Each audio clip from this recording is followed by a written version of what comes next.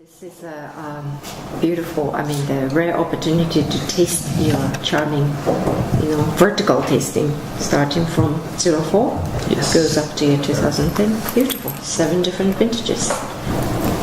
Yep, 07 was a very, very good year with one maybe little default just before harvest. We had a heat spike. Yes. It was almost the same year as 06, but the heat spike made us harvest a little bit earlier, okay, because we were in danger of losing the acidity, okay, in this particular. But again, perfect grape, and this is much softer. This is a little bit more shy than the 06. All the Gruner credentials are presented in a more restrained form. Yes. Still a lot of fruit left, and still very young.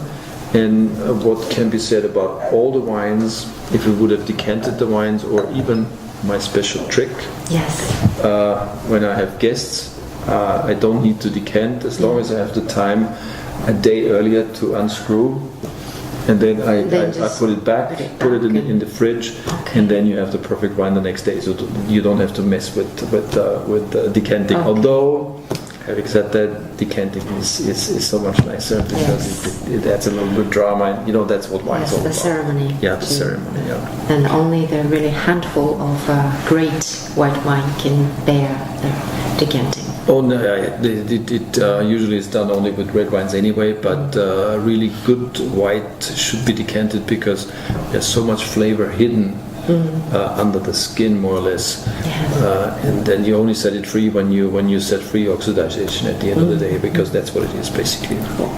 Then we go on to the 07. Nice color still.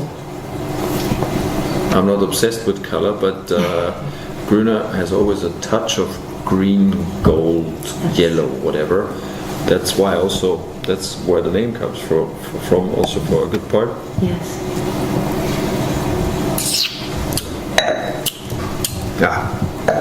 This is my partner Didi's favorite Gruner at the moment, and I think he's absolutely right, because it's a little bit restrained on the nose, but it just explodes on your palate with such a nice acidity. Gruner pure, Gruner to the max, easy to understand, but still a wine with lots of substance, yes, lots of longevity, and it lingers on. Beautiful, I love it.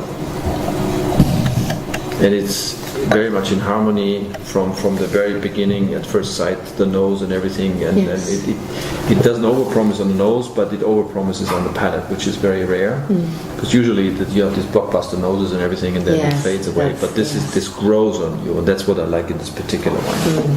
And it's led by a very, very healthy acidity and mineral balance. Very, very cool stuff here.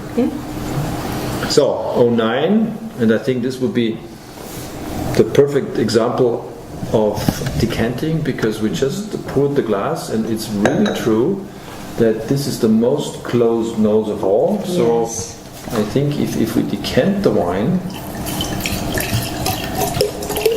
it'll set free a lot more of its perfume. Yes. Wait a little bit.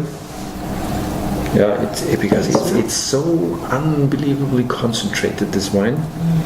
It's the wine with the most extract. It's the thickest wine, apart from 06 maybe. And it was a perfect year for us. Not the easiest, but the end result was very, very good. In this particular one, it was very, very difficult to find the right balance between the two soil types. So I was referring to between soil, number one, which is the clay soil, and then the granites on the other side. But I think we found a very, very good mixture, keeping the acidity intact, the minerality, but having an enormous lusciousness in this wine, which you already can feel on the nose. We're back to lusciousness. We're back to body. We're back to character. We're back to concentration. Super complex, very nutty, very grapey still. You get this is the wine which resembles most tasting the grapes. Yes. I've never experienced this in the last couple of years, that you have the grape on one hand, the perfect grape, the golden Gruner grape, yes. and then you find the same taste yes. in the wine itself. It's most interesting to see that the transformation was a very, very gentle one, and the fermentation didn't harm the primary fruit at all. Yes. Long way to go. How many more years? Many more years here as well. You know?